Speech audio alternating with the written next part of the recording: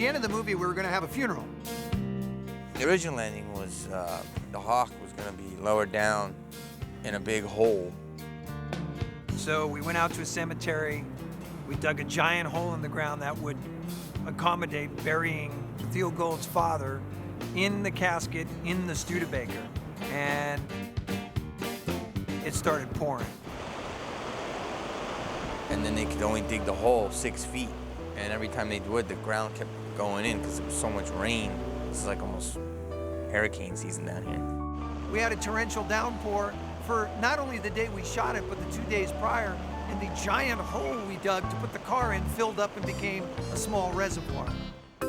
So at the last second, we were getting ready. We had the crane on standby. We had everybody, a big procession. And then the rain happened. And we had another downpour and the whole thing went down the drain. We're trying to shoot the funeral scene, and we've been out here for several hours. It'll look beautiful when you look up for a little bit, and 10 minutes later, and it's pouring down rain. There's mud and water everywhere. We're like huddled under tents. It's pouring down rain. Then as soon as it stops raining, we have to run back out there and like hurry and try to shoot as fast as we can. We got blue skies. All right, guys, let's come out with our squeegees. Let's start cleaning the car.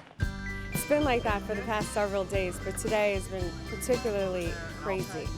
We're raining and we're stopping, and we're raining and we're stopping. And so like we had an hour wait. So then I really got to practice the scene more and more, thank God. And then they were like, we got 10 minutes to get it. You got to get close up. And we did. He taught me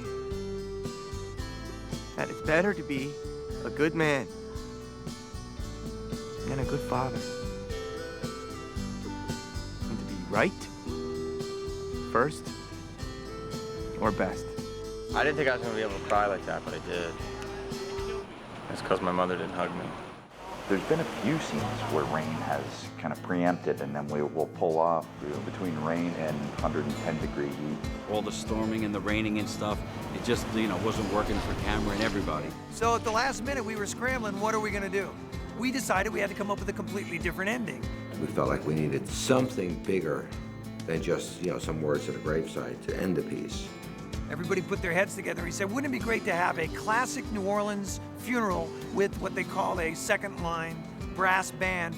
For the funeral procession that we did not get at the cemetery, the plan is now for us to shoot it in a neighborhood. So we're gonna get all the town cars and the limos and have the hawk out there. So we'll turn around and we'll shoot that whole funeral procession through a neighborhood. Everyone in the world has seen these funeral processions. They're somber, lots of black cars. Half the time it's raining.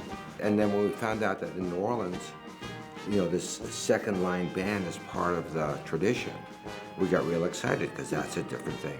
And it was really quite lovely.